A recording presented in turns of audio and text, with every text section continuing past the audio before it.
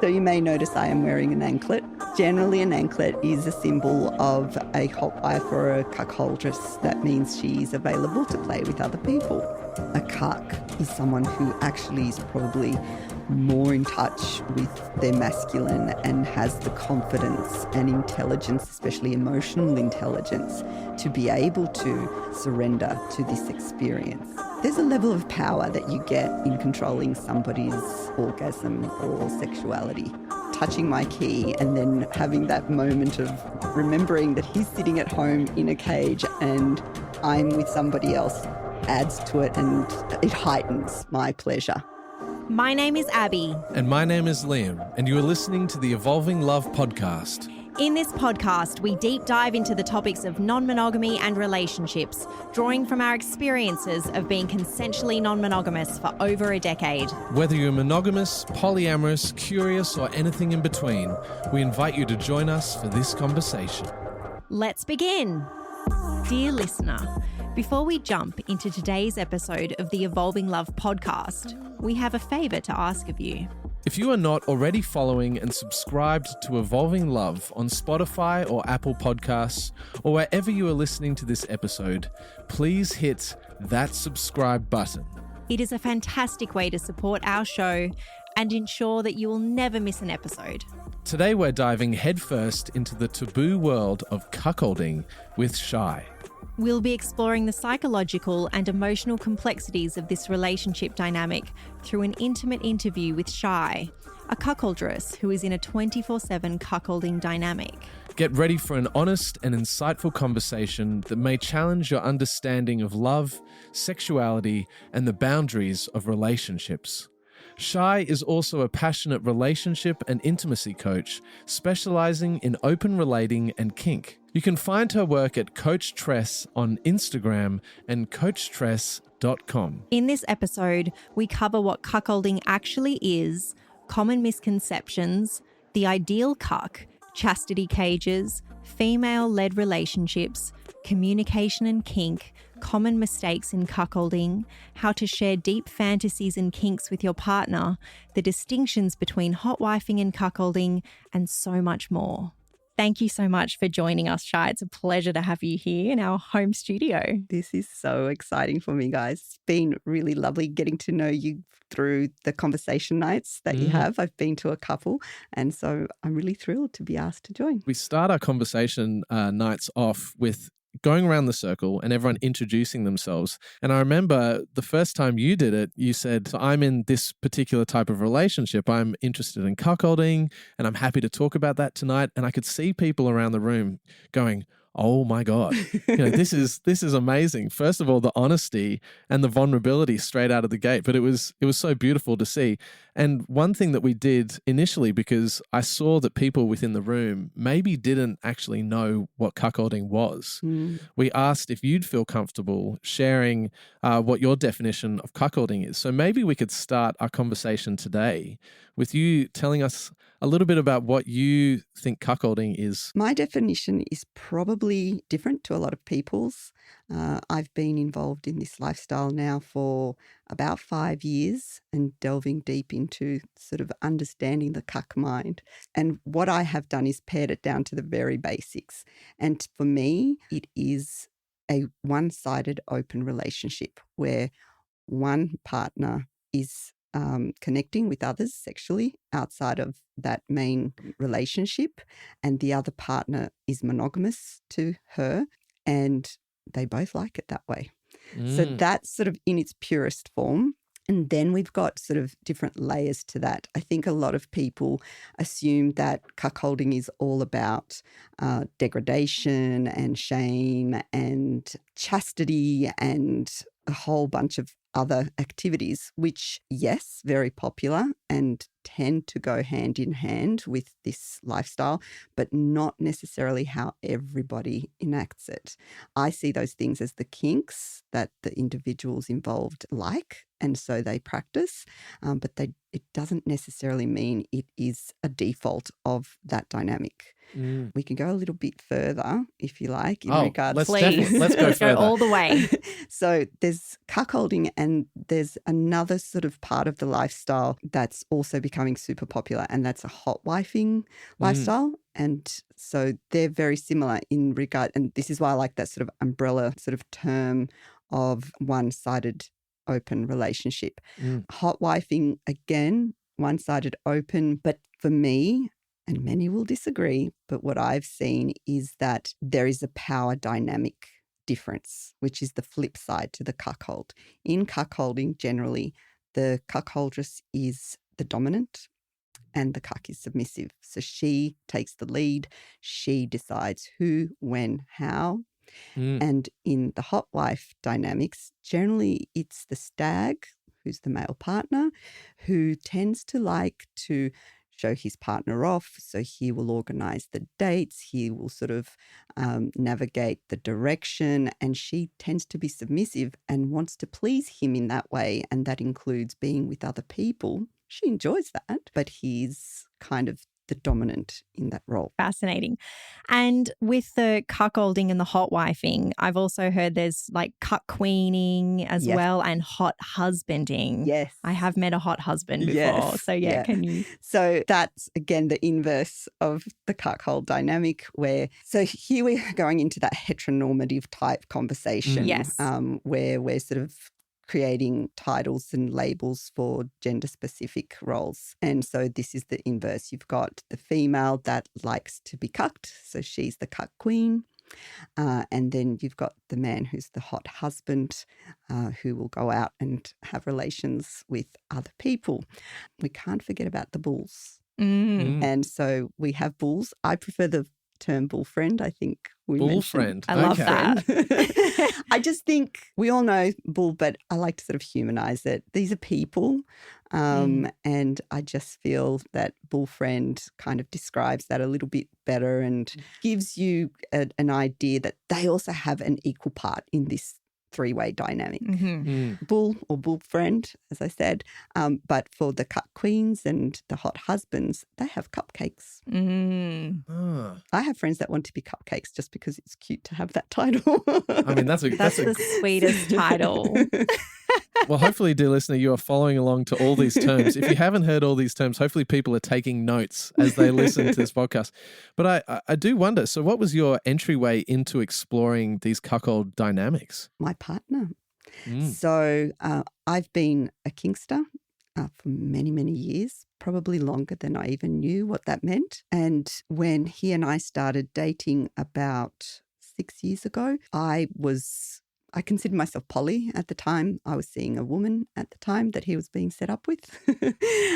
But we ended up together. We're all still very good friends. And he came to me as a submissive male. We used to talk about those dynamics. He was looking for a female-led relationship. Again, another one of those things that is quite prevalent in the cuckold communities and dynamics, where the woman, again, has the power. But with a female-led relationship, she's taking care of everything. It generally means that she's the boss of everything: household decisions, financial decisions, and all the sexual decisions as well. So he was sort of looking for that. I think it was about 18 months into our relationship that he finally admitted that it was cuckolding that he wanted to explore. So when you both initially met, he was very upfront. Like straight out the gate, he was like, I'm really interested in exploring these female-led relationships. And then over time, it kind of teased out that actually it was a cuckold dynamic that was really being looked for. Yeah. And I think that happened because we met through kink friends. So I don't know if he would have been as open about it if he had met me through, as we call, vanilla. Yes, yeah. And don't worry, I love vanilla. Vanilla's the best flavor. But in sort of vanilla environments, he may not have been as forthcoming. I also think that he kind of, maybe pinpointed me as, somebody that would be the perfect candidate for what he's looking for. Obviously, I was, seeing other people, and very early on in our relationship, I had said to him that if he wanted to get serious with me, if he wanted to have a relationship with me, he would need to be open to me seeing others. I was also open for him to explore that himself, obviously with lots of communication and conversation. But he had told me from the onset that he was not interested in doing that. He just didn't have the capacity or the desire to put that type of work that it takes to connect with more than one person. But he was willing to go into these spaces and environments, holding hands and exploring things together. And whatever I decided and whatever direction I took, he would be willing to engage in. Amazing. And before this point with him, you were already in that kink space, but were you already quite sort of aware of cuckolding and this particular type of lifestyle, or did you feel like, it was a whole new experience? New. I was aware. I knew what it meant. I had knowledge of the very basic foundational understanding of it, but I really didn't know the extent of what lifestyle that is or what sort of relationship dynamic that was. So I went deep into sort of the research and trying to understand the cuck mind, the psychology behind it, why. I mean, even though, like I said, I consider myself poly and was already open relating, when he said that to me, I kind of went into a bit of a freak out mode of, what do you mean? This doesn't make sense. It doesn't seem fair. Are you trying to sort of manipulate me into some other direction? Do you want to sleep with other people? And this is your way of, and I don't know why that freaked me out because I was already open to it. But just because of the way he approached it, it was so foreign and so bizarre to me that it really took me quite some time to wrap my head around it. There was also other sort of insecurities that popped up for me, like, why do you want me to be with other people? Do you not want to be with me? Am I not good enough? Are you not happy with our sex life? So it did kind of prompt me to sort of delve into it a little bit more and to start to understand. But once I understood that he gets pleasure out of my pleasure, yes, there's a lot of compersion in cuckolding, then I was comfortable to move forward and engage with it. It's an interesting cross-section as well, especially when you're coming from that polyamorous mindset, which is so about we're equal, or like you're dating and I'm dating and I want you to have those connections and you want me to have those connections, and we're sort of, supporting each other through that landscape. But to then have this other dynamic at play, it would almost be, I imagine it's a little bit of rewiring, but also coming back to that it doesn't need to be equal, but it's, this is about equity and it's about, we all have different needs and desires. It really comes down to that creating that relationship that works for the two of you based on your own needs and your own desires and your own pleasures. 100%. Yeah. That equity part, especially, I think I always talk about this as when people just don't understand. It's like, what's in it for him? You're getting all the play and all the connection, but what does he get? And I sort of liken it to if you're a sweet tooth and you like cake, and I'm not so much. I'm definitely a savory girl. We're going to have a piece of cake and I'm going to cut it so that I get a little taste because I just want a little taste, but you'll get the rest of that piece and everyone's happy. It's fair. It ends up being that everyone is actually getting what they want, even though to the outside world it looks like, hey, you're taking all of the cake. Yeah. It does break down kind of the notion about, kind of sexual energy and where it comes from. Because for him, I imagine a lot of the sexual energy comes from your experiences that are happening outside of him. He doesn't have to be present necessarily for these experiences, but he is still feeling a huge amount of sexual energy because of that compersion, because of all the different emotions that's playing with. So initially, when he came and spoke to you about cuckolding, and he said, look, this is actually something, and you said it was kind of a little bit into your relationship. I imagine for him, that would have been a really delicate conversation to have with you, because obviously you've already started like this beautiful relationship, and that it does, even though that you are in a kink kind of mindset and you did come from a kink background, there is a deep vulnerability in sharing with your partner, actually, I'm into something that has a lot of stigma around it. I feel like cuckolding as a fetish, there is a lot of stigma around it.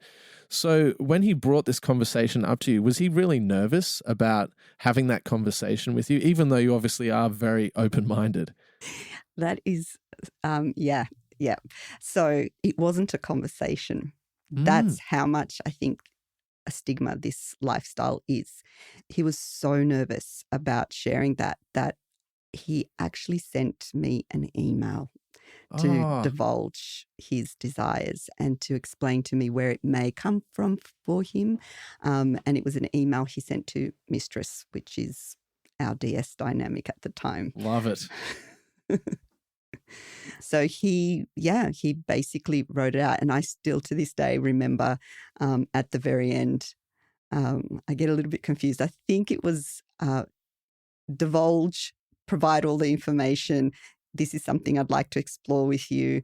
And then signed off with, and now breathe. Wow. Yeah. I think that's such a beautiful way to go about it, because he can share his thoughts and his desires with you, but then also doesn't have to witness your response in real time. I think there's a real beauty, and it's a beautiful, generous way to just give that information and then just let it be, so that you can process, think about it, and also that you're not then rushed to sort of immediately say, yes, of course. You can sort of take that time to go, well, what does this mean? And what would this mean for me and for us? And how would this change, you know? For me, it was very much, oh my God, this now makes sense. All the pieces of the puzzle are starting to go into place, because I kind of had an idea that this is what he wanted. And in fact, I think by that stage I had already realized, but I didn't want to push that. And I was just waiting for him to come to me with it rather than just forcing it out of him, because there were many times from the beginning where he would share, podcasts or articles or, blogs on cuckolding. And so he would then say, have a read of this. Isn't it interesting? What do you think about that? And we'd have a bit of a conversation.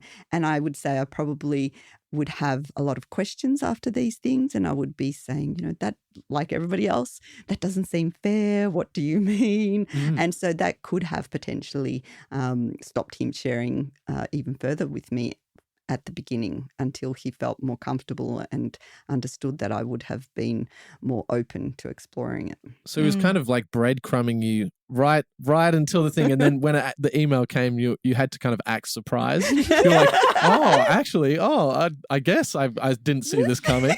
No, I was a bitch. I was like, I knew it. I knew it, but it was really nice to actually finally hear it and to have that confirmed. For me, everything and the way I engage with everybody is consent-based. And so I needed to hear that. I needed to get the green flag for him to say, okay, I'm ready, and let's, start discussing this and how we're going to engage with it. And I imagine it's one of those things as well where when you're getting to know each other and you're getting to know each other's dynamics, it's not like cuckolding is just this one size fits all type of cuckolding. Like you Google it, that's the image, that's what we must want. It's like he's getting to know you and you're getting to know him. So there's a beauty in like letting it just unfold naturally where you're getting to know each other, so that when it gets to the point of sharing and then saying, well, what could this look like for you? Or, what would you want, or what would I want? You have a better understanding of each other and you can create something together, because I imagine it would be an incredibly creative way to connect. 100%. And interestingly enough, we're still at that stage. I think with kinks, it's a never-ending journey. And so as I've heard you both speak about, even with your open relating, where you get to a certain point where you might have some insecurities and hesitancies about doing something, and then you live through it and you experience something, and then you're like, okay, I'm okay with that part now. What else can we do? Where else can we take it? So I can't see this ever really getting boring No. or slowing No. down. It's just a constant new direction and more discovery and more depth of connection. So he sent the email and Mhm. you received it. You acted a little bit surprised. And then where does it go from there? Because it's often one thing to have these like really hot fantasies about these different fetishes, but then to actually make them a reality. Sometimes they don't necessarily translate, and sometimes the fantasy stays best as a fantasy. Correct. So what made you both decide to actually explore it in real life? I think we were already engaging in some of the activities that can come as part of the cuckolding. So we were engaging in things like chastity and denial and that sort of female-led relationship. So there was times when he would feel like I'm not getting my needs met. If he's in chastity for extended periods, then how am I getting any gratification? Where do I get my sexual needs met? And so it's these conversations about what that might look like for me. What am I wanting to do? How am I going to explore it? And I guess then there was that moment of, okay, where am I at now? What do I want? And it becomes a real journey for me, the cuckoldress hot wife, in finding yourself and in finding your confidence again. And it's been a real, I guess, confidence builder where I have really been able to explore and journey and have this support of almost a cheerleader that's by your side, who's relying on you to sort of take them on a journey, but it's through your needs and your desires. I think I've felt safer in going out and meeting people, and I've been more level-headed about my kind of open relating too, because I have this partner at home that I can always come back to, and I can talk about anything and I can vent to, and it's safe and it's home and it's comfortable, and they're there as a support. And so it's self-discovery, and then the conversations, and then little baby steps of trying it out. I do know people that sort of jump into it and just full speed ahead, and boy, it's very, very rare that somebody's going to be able to manage all of the sort of emotions and difficulties and hit roadblocks and have a healthy kind of experience. So for me, it's always been about those little baby steps, and it's also what makes it exciting. It's if you look at this lifestyle as a journey, every little step brings another level of excitement, another additional sort of thing to work through and connect on, and it continues on. People do think that cuckolding is all about you being with other people and having sex with all these people, but really the lifestyle, the loving cuckold relationship, because I think there's different ways to engage with cuckolding and hotwifing.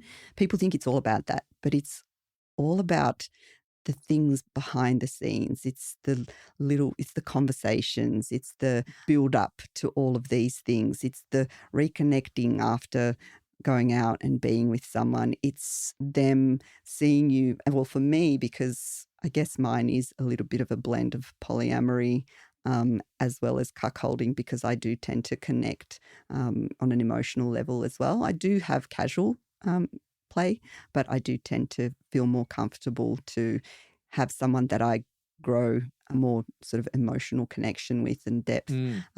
As a kinkster, that's a place where you need to feel safe and respected and get to know someone to explore those facets more deeply. And so for me, it's having that person that I can talk to and share these experiences with, and that kind of also ground me, but hold me and keep me safe and secure. I'm really interested to hear more about the cuck mindset that you've mentioned.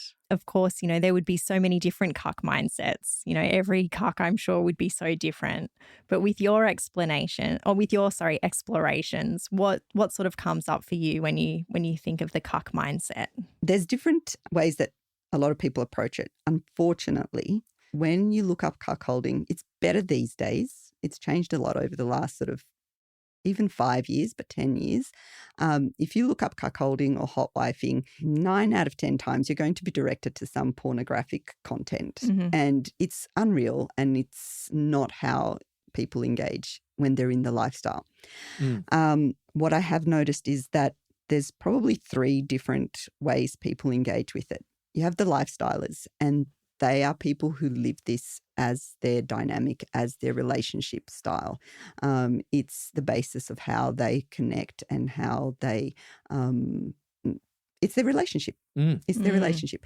Then you have people who use it as a form of play. So it will come up. A lot of swingers tend to kind of go and say, okay, well, tonight I'd like just to watch. I want to be able to sort of use cuckold as a play for the night, for a weekend, for whatever.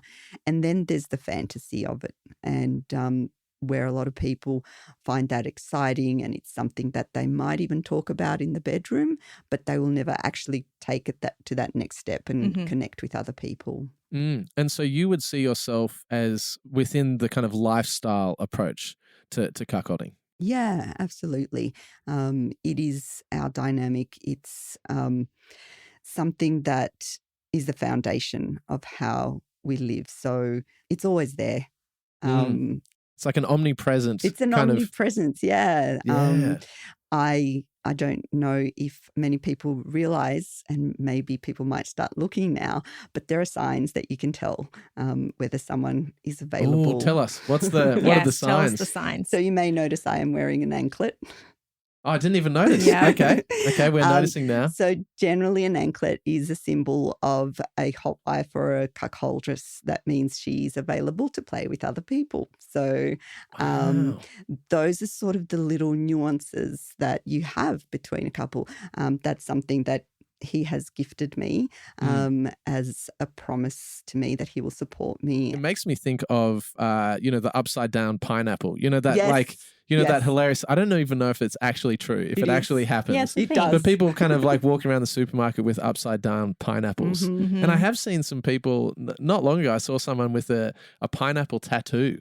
And I did ask them, I said, do you know what that means? And they said, no, I just love pineapples. And I thought, mate, you're going to get yourself into some trouble, I think. But okay, so I think now there's probably going to be a lot of listeners to this podcast looking for ankle bracelets. Correct. Yeah. So it's often on the right ankle.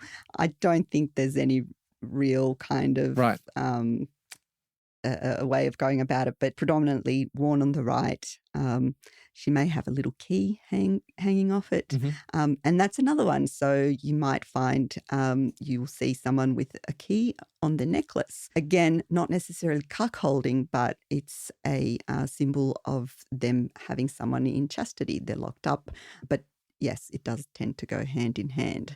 So with those sorts of things, it's always there. When we're out and about, it's not like I'm always out looking for, connections, but there's flirtatious moments. There's the whisper of something I might notice, or he might even point something out to me. He's often saying, oh, look, she's got an anklet. Do you think maybe they're into that? So it is the way that we operate, engage, connect. Yeah. I'm imagining lots of in-jokes, lots of, little whispers, lots of, I'm not sure, I'm not in your relationship, but, maybe, well, you better watch out because look over there, I've got my eye on him. Like, is it that sort of? Absolutely. Yeah. Which makes me think a little bit, in cuckolding, something that can come to mind for people is like the humiliation aspect as well to cuckolding. Would you like to speak to that? Again, very prevalent in the dynamic, especially cuckold compared to the hotwifing. With the hotwifing, the situation there is usually the guy it's about showing off. It's about, making her the center of attention, and it's kind of a bravado. Whereas with the cuckolding, it's comes from a place of sometimes feeling like they might not be able to satisfy their partner in the way that their partner needs, whether that be because of physicalities or whether it's just that dynamic. For example, for my partner and myself, he's a submissive male, particularly in the bedroom. And so if I want to have a sexual experience where I have a dominant partner, that's not something he can provide for me. And so to a level that can bring on a level of shame, but that shame creates that cuck angst that amplifies that sexual energy and the connection between us. So the degradation can vary from anything as little as just little teasing, as you mentioned, right through to some pretty hardcore things that some people might engage in. It's not a default. It's not necessarily a part of cuckolding, but it tends to be sort of mainstream thinks it is. So that can be quite tricky when seeking for play partners. I try not to put that I'm looking for a bull or, that I'm in a cuckold dynamic, because instantly you'll get guys coming in saying, oh, I'm going to, treat your partner like this. And they start becoming dominant over the both of us. Stay away, buddy. That's not your job. You don't get to talk to my partner like that. You need to come in with some respect and understanding. So there's a lot of confusion out there about that degradation piece. It is prevalent, however, not necessary. And so what about the connection or the relationships between your partner and your bull friends? So we've just said they can't come in, dominating and, having a bit of arrogant bravado or whatnot, towards your partner. But is there any sort of contact, connection, friendship? What does it look like for you guys? Good question. There is and there isn't. At this stage of where we're at, he is someone that doesn't need to be there to watch. Again, another sort of thing that most people think is the norm. It's like, oh, he's going to be there. Nope. Tied up in the corner on the chair, forced to watch. Yeah, absolutely not. Not for us. Potentially could end up there at some point, but he's very much involved in my getting ready and helping me prepare for my dates. He will often drive me there and pick me up, again, giving me that extra level of security and safety. He has met some of the people that I have played with. I now have a boyfriend. They have met, but we don't hang out. We don't have that type of connection. Maybe at some point it's a conversation we've had that we may go there. He's just not ready. So we move at his pace. I tend to get a bit more excited and want to, for me, kitchen table poly is kind of the dream. And having that kind of connection with whether it's my bull friends, particularly if I am having a relationship with someone. But with my casual connections, he doesn't meet them or anything like that. Yeah. Do you find that for him, when you discuss it after the fact and after he has met some of your bull friends, does he find that increases the eroticism for him, or does it not impact on how erotic he finds, what's happening away from, what he can actually see? I would love to ask that question to him. Yeah. What I do see is, especially right after the fact, if I've gone out on a date, if I've had some time with someone else, how accommodating he is. He likes to listen. He wants to hear. My happiness just brings him so much joy. I do believe it does bring him that kind of added sexual energy. Really, that is, to me, the difference between an open relationship and a cuckold dynamic. You can be in a polyamorous relationship, an open relationship, any other non-monogamous relationship where one person is non-monogamous and one is. It doesn't mean that's a cuckold dynamic. What makes it cuckold is the fact that other person gets that sexual gratification out of your engagement with others. Mm. Yeah, it's different to monopoly. Yeah. And so with your bull friends, or like your current boyfriend, at what point did you tell him that you were in this dynamic? Do you sort of wait until you get to know each other and you've got that trust there? Or is it something that you feel like you want to share sort of straight out the gate? Yeah, it varies. Mm. Definitely.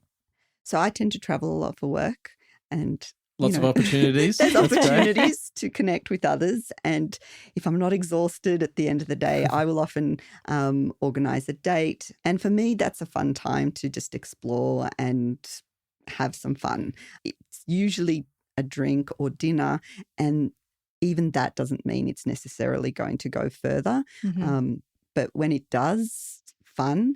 And I don't necessarily have to tell those people anything. I will tell them I'm in an open relationship. Mm. And that's because of the way that they treat me, I guess. There's and I don't want to spend that night explaining my lifestyle. So they don't notice the anklet.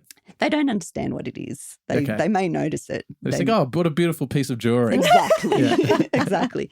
However, if I'm dating with my current boyfriend, I believe I told him on the first date, just because we had this incredible chemistry. There was a lot of vulnerability between us, a lot of openness.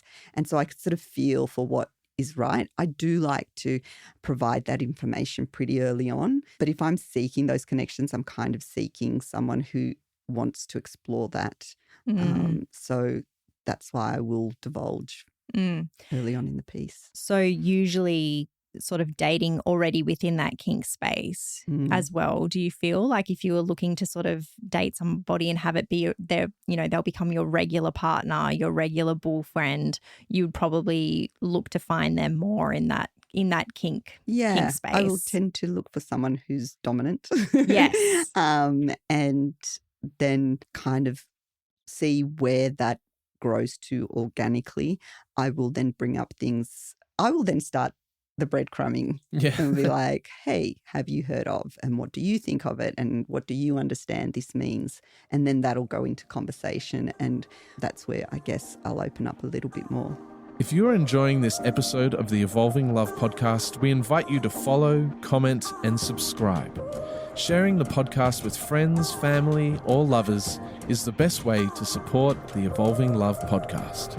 If you are interested in diving deeper and accessing my premium writing archive and other exclusive content, you can sign up at evolvingloveproject.substack.com. One thing you've mentioned a few times in this conversation is chastity. And in the stereotype of like cuckold relationships, there's a lot of ways in which people might presume chastity looks. But within your relationship, how did you, because you said you were kind of experimenting with kind of chastity and denial before you had those cuckold conversations. So what did that look like before and then after you'd had those cuckolding conversations? I guess the difference, well, maybe I should explain sort of how we engage with it first. And that is, it can vary dependent on where my mindset is. We will engage with it maybe just as a part of play for an afternoon, evening, a weekend, and other times it might be for a prolonged period of time. We've played with it where it has lasted for over 2 months of wow, amazing. His eyes just wide, opened up really wide. That really is something that impacts the psychology of the cuck, but it also creates something in me where I get there's a level of power that you get in controlling somebody's orgasm or sexuality, and it's a really fun dance and play that extends outside of the bedroom and can go on for a long period of time. So that hasn't changed, but I guess what has changed is what I would tease him about at the beginning when there wasn't other people involved, to the kinds of things I might tease him about during now where I am seeing other people. So it's just the dialogue, I guess, and the way we engage with the banter between us. And so functionally speaking, are cages involved, chastity cages involved? Yes. So, Okay.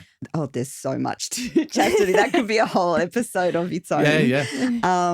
But yes, so essentially you would put a cage on the genitals of your partner. You can say penis. It's all right. It's not a PG podcast. PG. That's all right. We can get a little bit more explicit. You lock his That's cock fine. up. Okay, there we go. And There we go. you get to hold the key. And you can, for us at the moment, probably one of the ways we really enjoy it is that if I am going to go on a date, that's kind of what happens is part of me getting ready and walking out the door is, okay, it's coming on and I'm going to wear the key. And for me, it's a really big, exciting part because when I'm with someone else, staying in that cuckoldress mindset is being in the moment and that weight of that key is just a reminder and there's a connection to my partner at the time. And so when I'm coming home back to him, the conversation is there with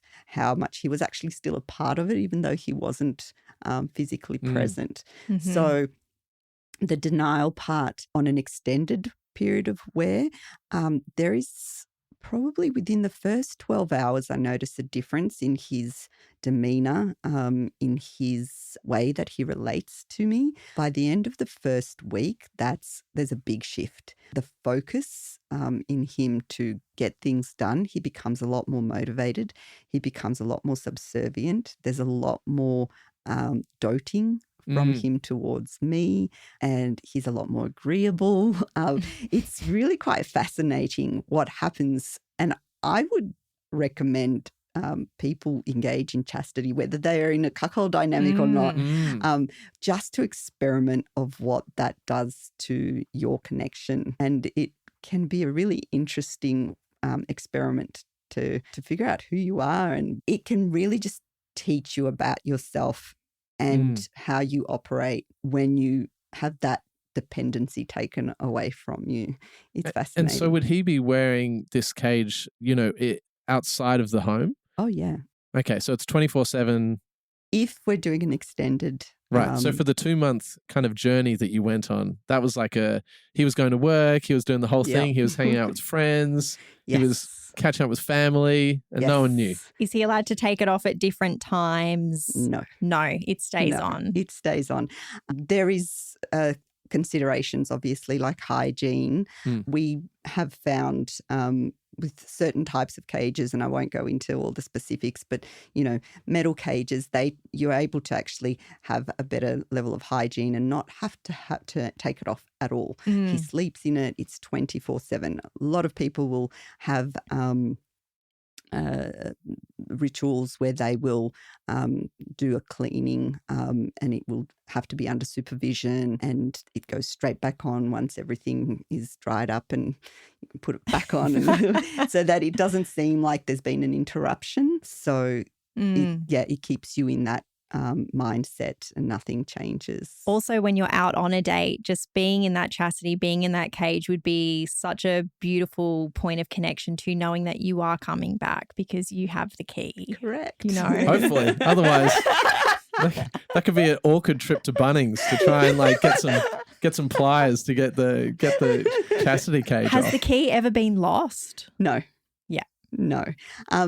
I do keep spares. Yeah. I always have a spare. We play a little bit more risky than most. If he travels for work, obviously not by plane. I was going to say, going through the metal detector, surely that's going to be awkward. And it doesn't even have to be metal these days. It's a lot of those X-ray airport detectors now are on a solid bulky thing now. So it's not even necessarily metal. They'll pick up silicone, plastic. That makes for an awkward conversation at customs. Yeah, exactly. And again, as we base everything on consent, I would not put I wouldn't put a staff member at an airport through that because this is our play, this is our activity, and it's not for anyone else to, I wouldn't, to me, that's not consensual. Even if it was your partner's kink to be sort of exposed in that way, Yeah. the other people There are haven't ethics been. behind these Yes. things. You'd have to know someone who works at the airport. So if anyone's listening to this who works at the airport who wants to get involved in a really hot fantasy, okay. To my mind, it brings up some really interesting, like this whole kind of you being a cuckoldress brings up a lot of really interesting kind of emotional things that you have to navigate as well. Because I imagine there's a kind of increased sense of weight of when you go out on these dates, you're not only thinking about yourself enjoying the date, but you also have to devote bandwidth to what's happening with him. So does that ever become something that's difficult to kind of carry? Because it does, like there is this perception, even in DS dynamics, of the dominant just kind of only caring about themselves and it's all about the dominant's pleasure.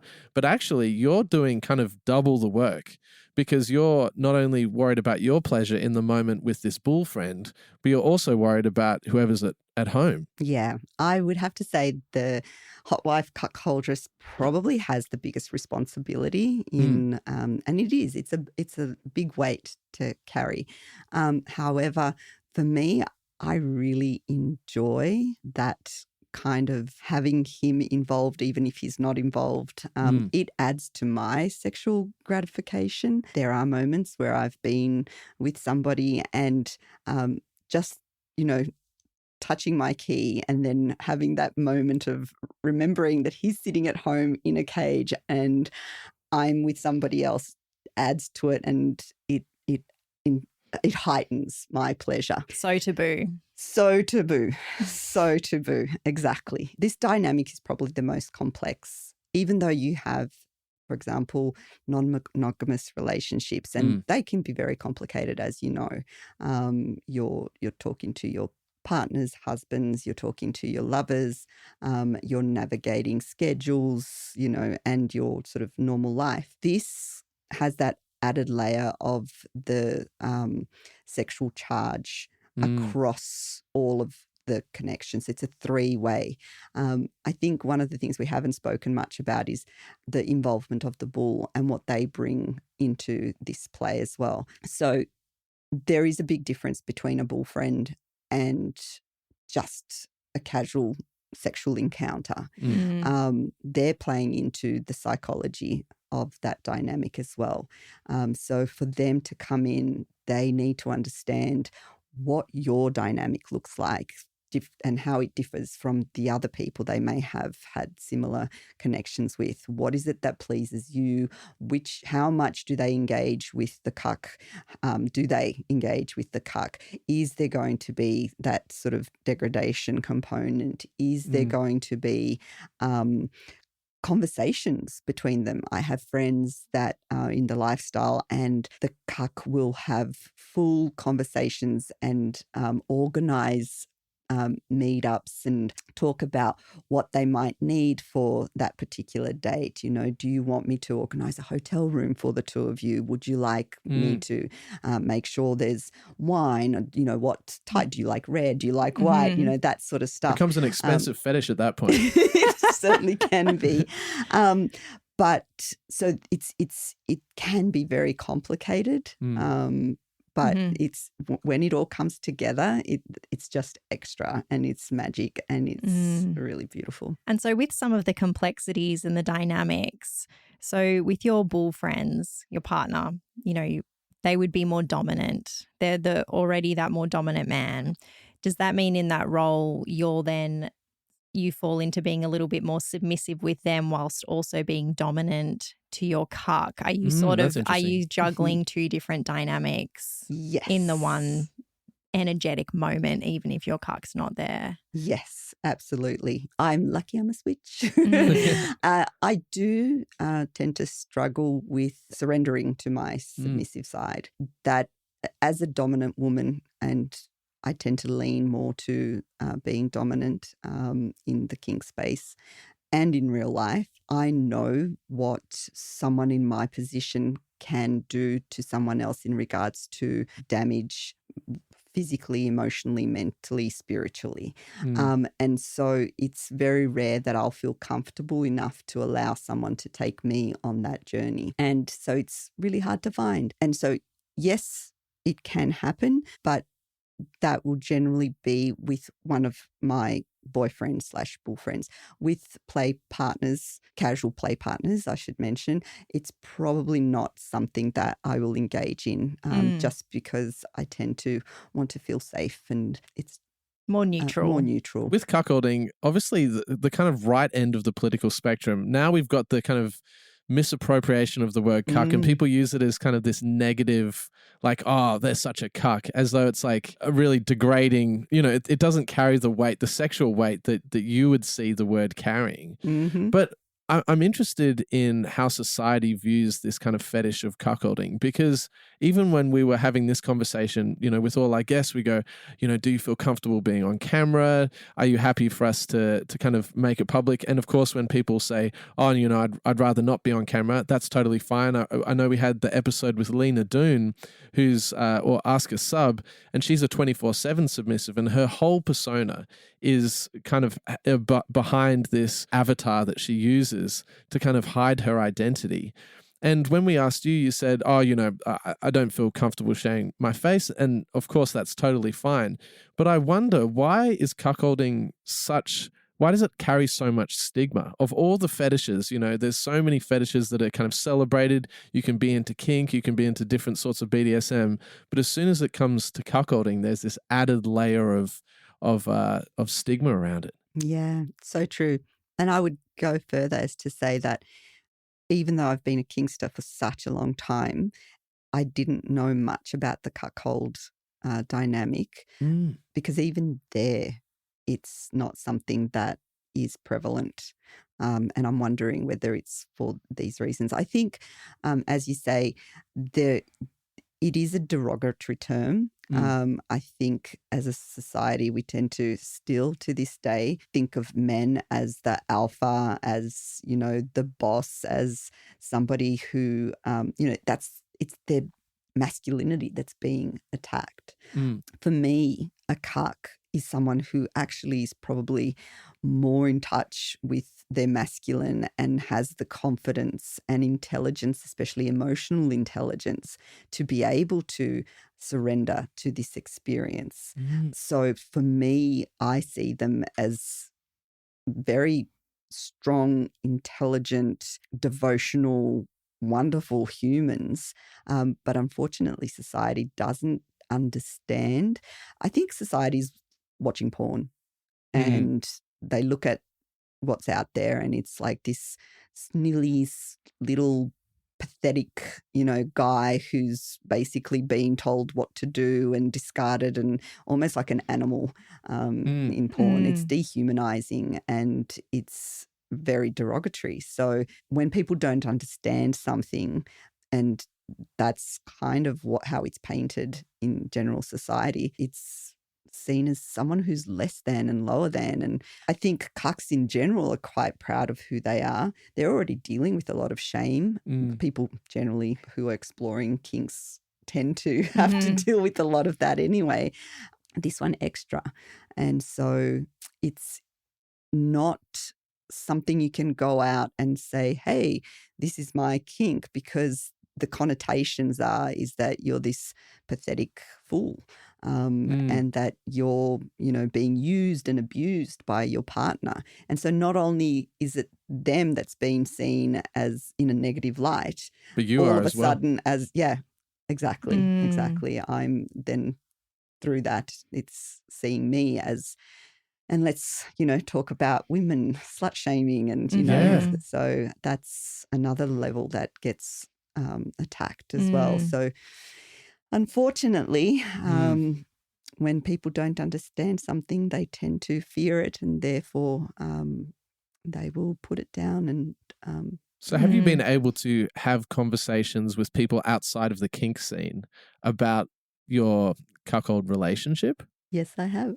You have? Tell us. I have. Look, the kink side of my life and the BDSM sort of exploration has been a huge part of who I am today. It's taught me a lot about human nature and relating and what I'm capable of. It's really given me a lot of confidence. It's who I am. And so for me, my friends that are truly my friends will know exactly who I am, whether they engage in this sort of stuff or not. And so they will often ask me questions. I will be open, I will be honest, but it's not something that I will instigate. If they come to me for advice or we're having conversations around relationships or certain subjects that I think my learnings from this world can provide some insights, then I will speak about it. And I think there's a difference between talking about those influences and actually sharing what I do in the bedroom. And so it really opens up people's minds. Again, vanilla friends will often say to me, why are we not taught these things? Why isn't this sort of common knowledge? You have so much insight as to the way people relate with each other, and how things are played out in the world. This should be more common. And so it's tricky. I love having the double life. I think it's really important to have one foot in sort of everyday normal society. We live on this planet. We have to share this space and you have to be part of that. At the same time, I love my kink life and world, and it's a very different beast. And so for me, bringing them together, I see a lot of similarities, and I see a lot of things, a lot of the learnings I've gotten out of the kink world in how I engage and how I express myself and how I carry myself in the real world. For example, I believe that there is a power dynamic with every engagement. And I've often said that the difference between vanilla and kink people is that with kink, you have an awareness that there is this power exchange. And that in itself is enough to be able to communicate better, to engage in more ethical ways, and to just be a better person on the planet. That's brilliant. And I think that's a wonderful observation and something that I have definitely seen as well. I feel like people in sex positive communities and kink communities, when I see them, when I know them from the kink world or know them from the non-monogamy world, and I see them, engaging in these kind of vanilla conversations, I can see people respecting the appropriate boundaries of power dynamics. So often I find myself at parties with our vanilla friends, and I'll notice how touchy-feely some of my female friends are, and in a way that no non-monogamous person would do that, because we're so aware of each other's boundaries, we're so aware of consent. And so I feel like these hands on my arm and I'm thinking, oh, this actually feels quite uncomfortable. But it's like you were saying before, because we're so aware of power dynamics, we're so aware of consent and physical touch and all of these different things. I feel like if people had an education and an understanding around non-monogamous concepts, around kink concepts, around the power dynamics that are inherent in all these interactions, we'd actually have a much safer environment for everyone. 100%. I remember I don't go to sort of nightclubs. One, I'm too old. Two, I got to the point where I felt so uncomfortable, the way that people treated each other, the way men in particular would approach and force in a really predatory, touchy, without asking, like they have ownership of you. It was just really uncomfortable. Whereas I can go to a kink event and wear nothing but a pair of shoes and feel safe and comfortable, and no one's touching you. People approach, they'll have a conversation, but it's respectful. I guess it's hard for people to understand what that might look like unless they've been in there. I've often sat in those spaces having the conversation just about this, how it's a sex positive space. You can see some really interesting things. You can engage in some interesting things, but there is a way that you go about it that makes everyone feel comfortable and that there's no pressure on anyone to do anything, so that if you are doing something, it's because you genuinely, truly want to. Definitely. I've felt the same thing. Absolutely. Being in bars, I don't go to bars or clubs or anything very much. And, you know, whenever we do, I'm the same. I'm looking around and I'm just thinking, oh, there's so many red flag there. That's not appropriate. Why would he do that? You know, there's just, it's like a minefield, but it's normalized. And I'm also feeling extremely protective of you in those environments. And I feel like I can't relax because I know that you feel uncomfortable. And I'm just looking around going, oh, all these dickheads just have no idea. Yeah. You know, but as you were saying, like at a kink event, there's actually an element of just being able to relax, knowing that people have respect at the forefront of their minds. Exactly. But I was wondering, so a lot of people and a lot of men might be listening to this conversation and they might be thinking, actually, this is kind of putting a framework to some of the feelings or the fantasies that I have. What would be your advice to a man in a relationship who wants to bring, I know for you, there was an email that came through for you, but what would be your advice for someone who might be a potential cuck in the making? Yeah, actually, that is something that I get asked a lot. It's probably the most common question that I get asked is, how do I get my wife to do this? You don't. And the other one is, where do we find bull friends? But my recommendation is to, first of all, just really figure out for yourself, is this something that is just a fantasy that you want to play with a little bit and to enhance your sexual connection, or is it something you truly want to try? And if it is, then it's about being open and vulnerable. You know, women generally tend to be the nurturers and they want to make their partners happy. They won't do things that they don't want to do, but I think are very willing and open to the conversations. What I see a lot of people doing is coming at it with full force, going, ever since I was 16, I had this, fantasy and I want to do this and I want you to go out and fuck all the men. And they're like, whoa. It's approach gently, baby steps, have a conversation about how you have had thoughts that these are things that have run through your mind that you don't know what maybe where you want this to go, but you like to have conversations around it and bring it in slowly, gently, and try and not come at it from what's been your erotic fantasy, but think about it of how it can be applied in your relationship. Stay curious and keep the conversation open. Yeah, be gentle with your approach. Be not subtle, but open enough and vulnerable to explain what it is that you're feeling and potentially desiring, keeping your partner safe in regards to how you approach it with saying, look, this isn't something I want you to do. This isn't, this is very much about how much you want to engage, but I'd like to have a conversation at least. This is what I've been feeling. This is what I've kind of wanted to explore. How does that sit with you? What have you got and when you do approach, tell them that you don't want an answer straight away. Give your partner an opportunity to really digest this news and have time to process this news and come up with questions, and just give them space to do that. And so when they have, maybe, give them another time when we can get back together and let's discuss, or just, I'm putting it out there now. It's up to you to get back to me when you would like to discuss this further.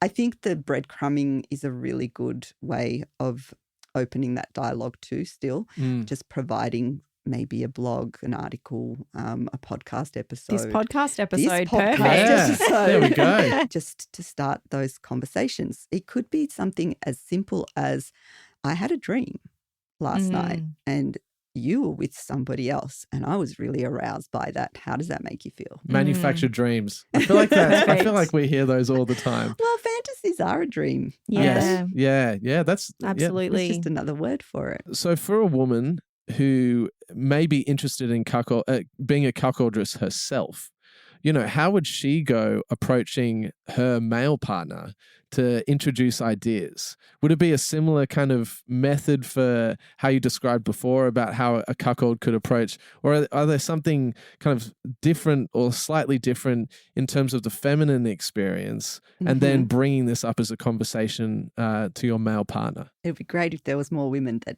actually even knew this was available to them first. Well, maybe after this episode drops, there'll just be all these cuckoldresses wearing all these anklets all around. Female-led relationships will be I'm trending. hoping so, because there are a lot of men. It is definitely a male-dominated fantasy, this one. And so I would love that more women had an interest in this. So if you do have an interest, probably just start with those little flirtatious comments and see how your partner reacts to those first and foremost. But again, it's much of a muchness, I'd say. Yeah. The same sort of thing.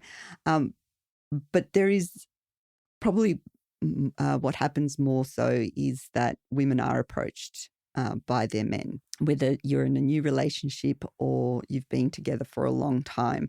I speak to a lot of cucks who have not yet divulged this to their wives. They've been together sometimes 20, 25 years. Wow. They're too scared to open up about their needs and desires, because they may have said something or mentioned something or watched a movie or heard something, and their wife's made a comment that just shows them that this is not a conversation to be had. Yeah. It's a tough one. I guess, again, it's approaching gently, having these conversations, and maybe even asking them what it is that they might be fearing, or what they're thinking, or what's their understanding of what you're putting forward, so that you can have that dialogue around getting a clear understanding. Like myself, as I said to you earlier on in this piece, was even though I was in an open relationship with my partner, when he approached me with this, I kind of went into this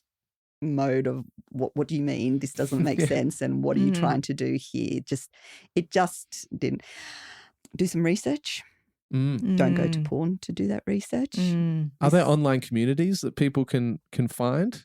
There certainly are. And interestingly enough, I've just started one myself. There we go. Amazing. Started a Telegram community for anyone who's interested or living that lifestyle. So it's fairly new, and there's some really good conversations. Basically, we're there to support each other through these kinds of conversations. If someone's also to cheer each other on when someone's about to experience something. But it's been a really interesting space to see the dialogue between the cucks and the bulls and how they interact with each other, and the respect that's given has been wonderful. Unfortunately, there's not many women in there. I'd love to have more join. There is couple profiles that come into the space, but it's the guys that tend to do most of the talking. So there's that one. But yeah, you can get onto FetLife. There's communities on there. You can listen to obviously this podcast, but there are a couple of other podcasts that I think are really good. Cuck My Life is a new one. That's cucks for cucks. And actually for anyone, but by cucks. And of course, Venus Cuckoldress podcast.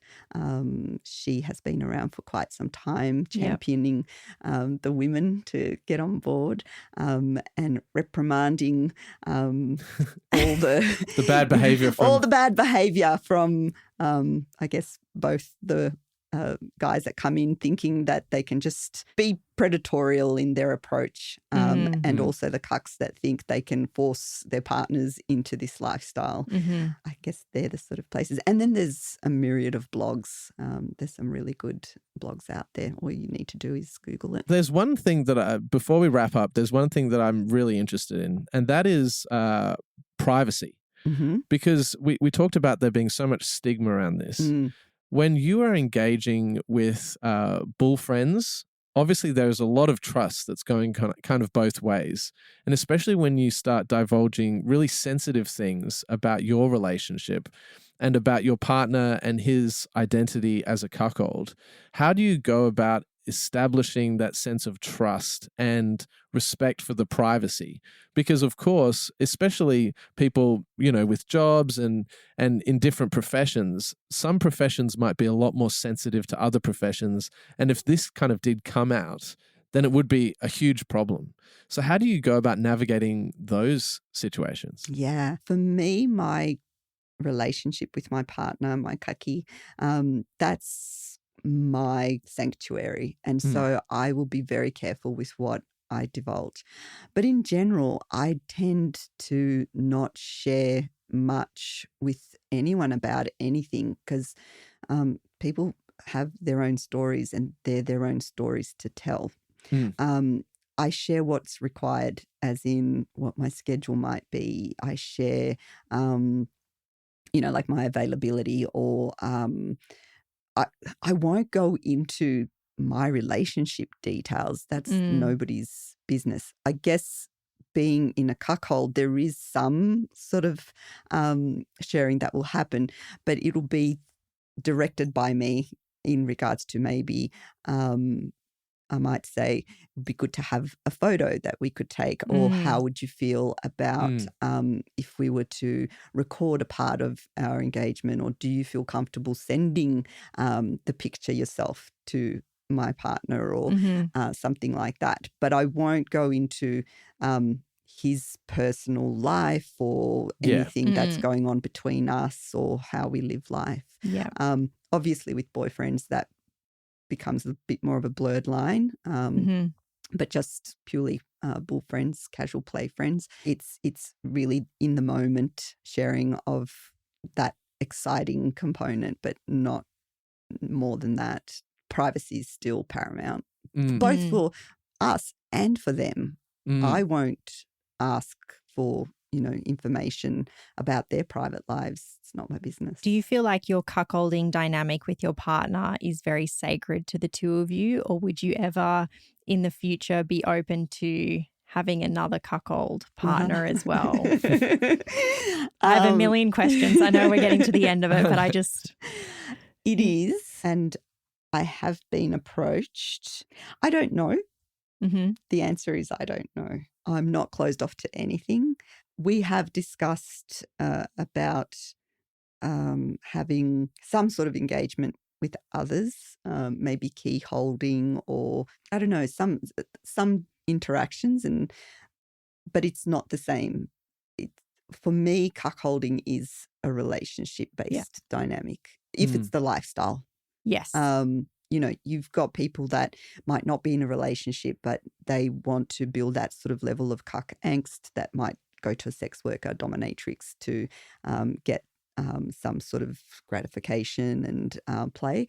But as a cuckold dynamic, for me, that is very much a relationship-based dynamic. And so, yes, that is very sacred to me. Wonderful. Well, Shai, thank you so much for coming over and having this conversation with us. It is so important to be having these conversations and to just be normalizing different kinks. And I think you approach things in such a thoughtful and deliberate way. And it's wonderful to hear your perspective on all of these things. Thank you.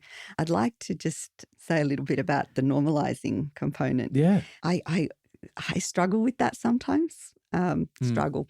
I think it's really important that we do have these conversations. I think people should be educating themselves on what is out there and how other people might engage.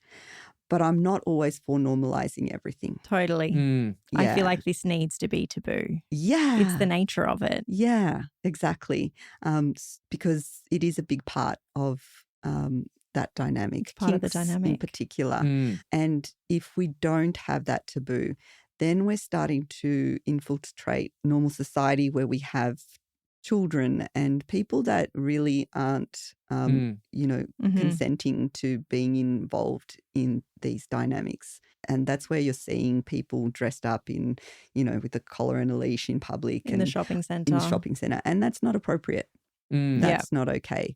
So when we say normalizing, I think it's good to have the conversations in adult spaces where people are seeking that information, but to force it on others is not what we want to do. And the taboo is definitely what makes it a big fun. Keep it secret. Yeah, exactly. Thank you for making that distinction. That is a really important distinction. And maybe a better way to phrase it, I should have said, removing the stigma around these conversations. Yes. Yeah. I think that's better because I think what you just said is extremely important and definitely a very, very good point to make. But thank you so much, Shai, for coming through. Thank you. What a treat. And I know we're going to receive so many comments and questions about this. So we'll definitely be having you back on the podcast at some point. Absolutely. And to hear the updates from all your exciting cuckolding adventures. Thank you so much for having me. It's been fun. Oh, so much fun. Thanks for tuning in to the Evolving Love podcast. If you enjoyed today's episode, don't forget to hit the subscribe button and leave a comment on your favorite podcast platform. Your feedback and support fuels our passion, and together we're building a community of curiosity, kindness, and growth. Subscribe, comment, and let's keep the conversation going.